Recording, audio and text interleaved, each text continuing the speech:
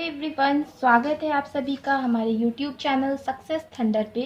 So friends, आज हम लोग सॉल्व करेंगे एक ब्लड रिलेशन का अरेंजमेंट। ब्लड रिलेशन के अरेंजमेंट से सभी लोग डरते हैं, स्पेशली अगर वो पजल के साथ आ जाए तो।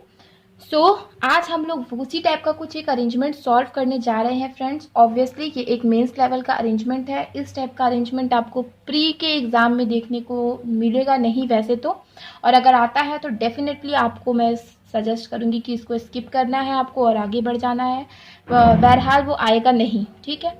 तो सबसे पहले तो ये रहा क्वेश्चन, इसका स्क्रीनशॉट लीजिए, सॉल्व करिए क्वेश्चन को खुद से।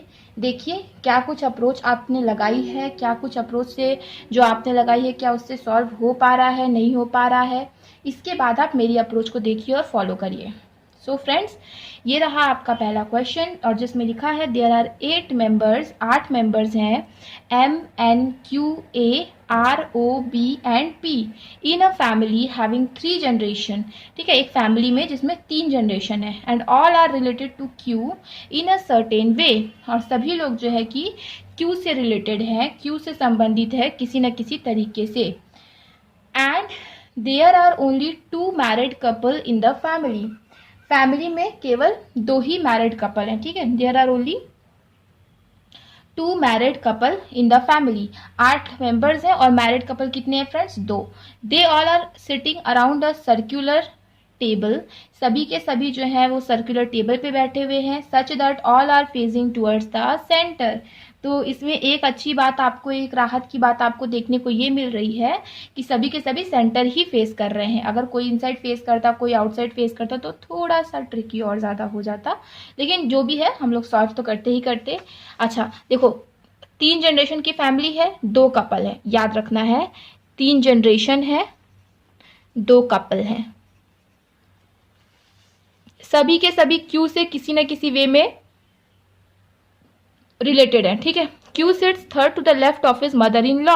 अब देखो, of his mother in law, ध्यान देने वाली बात है फ्रेंड्स। यहाँ पे क्यू जो है वो अपने मदर इन लॉ के थर्ड लेफ्ट पे बैठ रहा है, ठीक है। क्यू अपने मदर इन लॉ के थर्ड लेफ्ट पर बैठ रहा है, थर्ड लेफ्ट पे बैठ रहा है। दैट मीन्स कि यहाँ पे लिखा हुआ है हिज थर्ड लेफ्ट, ठीक है। Q sits third to the left of his mother in law. His मतलब वो एक लड़का है, ठीक है, ऐसे आपको देखना है। तो क्यू एक लड़का है, उसकी कोई ना कोई वाइफ है जिसकी मदर है, ठीक, मदर है। अब देखो फ्रेंड्स, यहाँ पे मैं प्लस और माइनस का साइन लगा रही हूँ। जो लोग मेरे रेगुलर व्यूअर्स हैं वो लोग ये बात जानते होंगे कि मैं मेल्स के लिए प्लस और फीमेल्स के लिए माइनस का साइन लगा देती हूँ, और आप लोगों को सजेस्ट करती हूँ कि ऐसा ज़रूर करिए। साइन आप कोई सा भी यूज़ कर सकते हो, plus minus multiply divide, it doesn't matter, but ये साइन लगा करके या स्मॉल m और f लिख करके उसको डिफरेंशिएट जरूर करिए कि कौन मेल है और कौन फीमेल है। राइट फ्रेंड्स, सो यस, चलो अब आगे बढ़ते हैं। तो Q जो है वो थर्ड लेफ्ट बैठेगा अपनी मदर इन लॉ के, mother in law who sit second to the left of sister of R, ठीक है। जो मदर इन लॉ जो है वो R की सिस्टर के सेकंड लेफ्ट पे बैठी है, ठीक है, मतलब R की कोई ना कोई एक सिस्टर है, ठीक। अच्छा, अब ये हमारा ब्लड रिलेशन बनाएंगे और ये साइड में हम लोग इसके अरेंजमेंट्स को लिखेंगे। देखो, Q जो है मदर इन लॉ के, अपनी मदर इन लॉ के थर्ड लेफ्ट पे कौन बैठेगा? क्यू बैठेगा। और उसकी जो मदर इन लॉ है वो आर के sits second to the left of sister of are.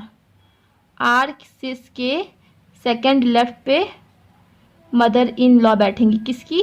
Cues mother in law, ठीक। आगे एन इज अनमैरिड, ठीक है, एन जो है वो अनमैरिड है। ओ हैज ओनली 1 सन, ओ का केवल एक बेटा है। B is the grandson of A, B जो है वो ए का ग्रैंड सन है, मतलब ए का ग्रैंड सन कौन है? बी, ठीक। ये हो गए 3 जनरेशन की family. A who sits third to the right of N, N के थर्ड राइट पे कौन बैठेगा फ्रेंड्स? ए बैठेगा।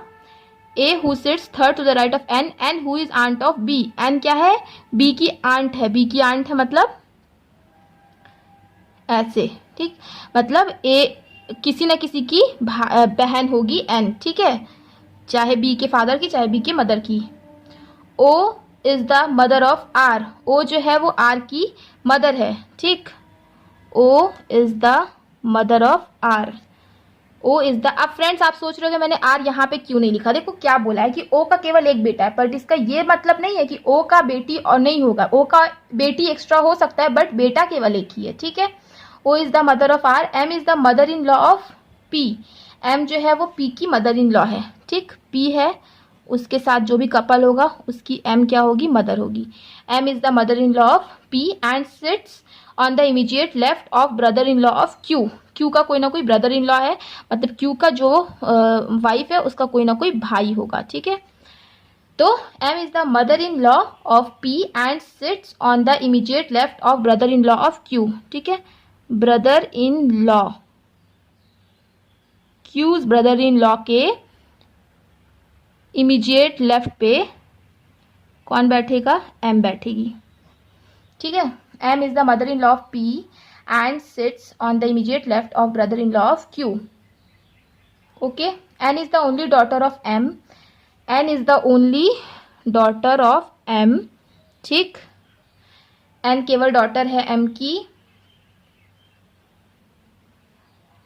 सॉरी, तो अभी हम इसका जेंडर नहीं डिफाइन कर सकते हैं, क्यों नहीं डिफाइन कर सकते हैं फ्रेंड्स, देखो एन जो है ओनली डॉटर है किसकी, एम की, देखो एन जो है डॉटर है किसकी, एम की। N is the only daughter of M, but N और पी कपल बना रहे हैं कि नहीं बना रहे हैं अभी हमें ये नहीं पता है, ठीक है। N is the only daughter of M, ठीक। आगे बढ़ते हैं, जरूरी नहीं है कि एन सिर्फ डॉटर है एम की, जरूरी नहीं है कि सिर्फ एन एक बच्चा है, बच्चा नहीं बोला यहाँ पे, ओनली चाइल्ड नहीं बोला, ओनली डॉटर बोला, मतलब उसका बेटा भी हो सकता है। A and O is not married couple, A और ओ जो है वो मैरिड कपल नहीं है, ठीक है। ए और ओ जो है वो मैरिड कपल नहीं है। सन ऑफ क्यू, क्यू का एक सन भी है, son of Q sits third to the right of Q's brother in law, Q का जो ब्रदर इन लॉ है उसके थर्ड राइट पे, ठीक है। क्यूज ब्रदर इन लॉ के थर्ड राइट पे क्यू सन आएगा, ठीक है।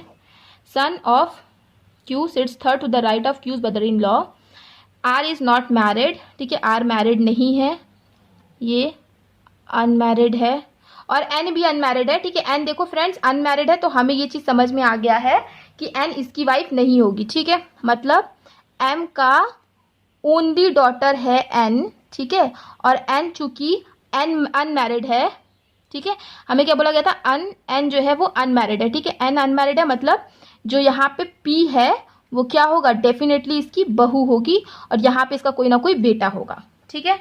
आई होप कि आपको क्लियर हो रहा होगा, क्योंकि एन अनमैरिड है तो फिर पी जो है डेफिनेटली इसकी बहू होगी, क्योंकि इसका ओनली डॉटर है, एम की ओनली डॉटर है एन, तो और जो भी होंगे वो उसके बेटे ही होंगे। आगे देखते हैं, son of Q sits third to the right of Q's brother in law. R is not married, R is also unmarried, N is not the immediate neighbour of P, N जो है वो पी का neighbour नहीं है। P is married to Q, P ने Q से शादी की है, ठीक है।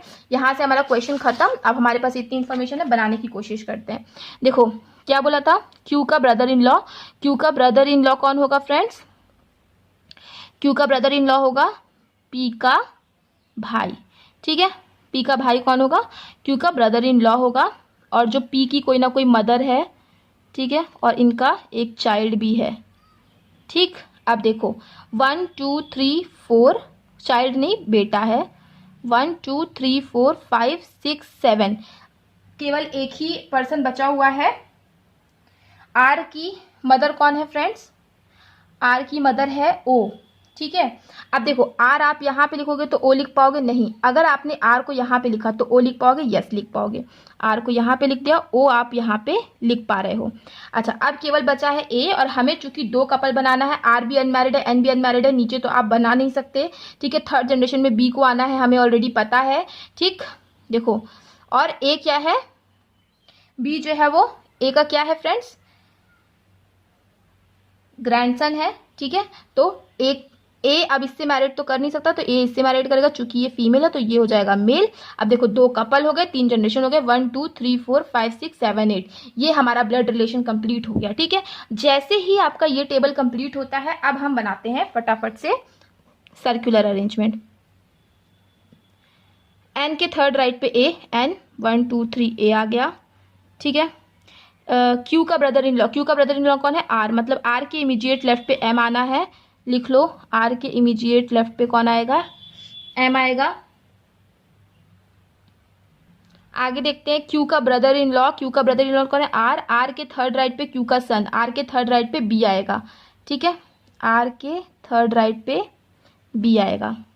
ठीक, एन पी साथ में नहीं आएंगे, ओके। आर की सिस्टर के सेकेंड लेफ्ट पे बीज mother in law, sorry Q's mother in law, R की सिस्टर, आर की सिस्टर कौन है? आर की सिस्टर है पी, पी के सेकेंड लेफ्ट पे कौन आएगा? पी के सेकेंड लेफ्ट पे आएगा Q's mother in law, Q की मदर इन लॉ कौन है? पी के सेकेंड लेफ्ट पे आएगा ओ। ठीक है, ये भी हो गया। M mother in law, Q की जो मदर इन लॉ कौन है? एम। ओ, ओ के थर्ड लेफ्ट पे क्यू, ओ के थर्ड लेफ्ट पे आ जाएगा कौन? क्यू। यही तो लिखा है। सो फ्रेंड्स, ये देखो हमने शॉर्ट में लिख दिया। अब हम लोग इसको सॉल्व करने की कोशिश करते हैं, जिसके बारे में ज़्यादा इन्फॉर्मेशन पता है, जैसे पी और ओ से रिलेटेड। देखो पी के सेकेंड लेफ्ट पे कौन आ गया? ओ, ओ के थर्ड लेफ्ट पे 1 2 3 यहाँ पे आ गया क्यू, आर के इमीडिएट लेफ्ट में आएगा एम, और आर के थर्ड राइट पे आएगा बी। आर के, मान लो आर यहाँ लिखोगे तो 1 2 3 राइट पे बी आ जाएगा, पर उसके इमीडिएट लेफ्ट पे एम नहीं आ पाएगा। आर यहाँ लिखोगे, इमीडिएट लेफ्ट में एन नहीं आ पाएगा। ठीक है, अगर आपने आर को यहाँ पे लिखा तो 1 2 3 राइट पे बी आ जाएगा, इमीडिएट लेफ्ट पे एम भी आ सकता है। ठीक है, 1 2 3 राइट पे बी। ठीक, एक तो ये हो गया। अब हम लोग एक और पॉसिबिलिटी देख लेते हैं। यहाँ पे आ गया पी, यहाँ पे हो गया ओ, यहाँ पे हो गया क्यू। आर अगर आपने यहाँ लिखा, इसके इमीडिएट लेफ्ट में क्या आप एम लिख पाओगे? नहीं। आर अगर आपने यहाँ लिखा, इसके इमीडिएट लेफ्ट पे एम, आर के थर्ड राइट पे कौन आएगा फ्रेंड्स? बी। 1 2 3 क्या बी आ पाएगा? नहीं, तो ये भी गलत हो गया। अब देखो क्या था, एन के थर्ड राइट पे ए, तो एन यहाँ पे 1 2 3 ए, एन यहाँ पे थर्ड राइट पे ये आ गया ए। पी के सेकेंड लेफ्ट पे ओ आ गया, ओ के थर्ड लेफ्ट पे क्यू आ गया, आर के थर्ड राइट पे बी आ गया, आर के इमीडिएट लेफ्ट पे एम आ गया। ठीक, एन के थर्ड राइट पे ए आ गया, और एन और पी नेबर नहीं होंगे, ये वाला भी आपका ट्रू हो गया। तो यही बन गया हमारा फाइनल अरेंजमेंट, और सारे के सारे क्वेश्चन पॉसिबिलिटी सॉल्व। ये है ब्लड रिलेशन, ये है अरेंजमेंट। और देखो फ्रेंड्स, समझाने में थोड़ा वक्त ज़रूर डेफिनेटली लग जाता है, बट जब ये खुद से सॉल्व करोगे ना, तो 6 मिनट में, 6 से 7 मिनट में इसको सॉल्व करने की कोशिश करो, और ये सॉल्व हो जाएगा। सो आई होप फ्रेंड्स कि आपको क्वेश्चन अच्छा लगा हो, मीन्स लेवल का लगा हो, चीज़ें क्लियर हो गई हो। चीज़ें क्लियर हैं तो वीडियो को लाइक करना और चैनल को सब्सक्राइब करना मत भूलिएगा। मिलते हैं अपने नेक्स्ट वीडियो में। Thank you so much for watching.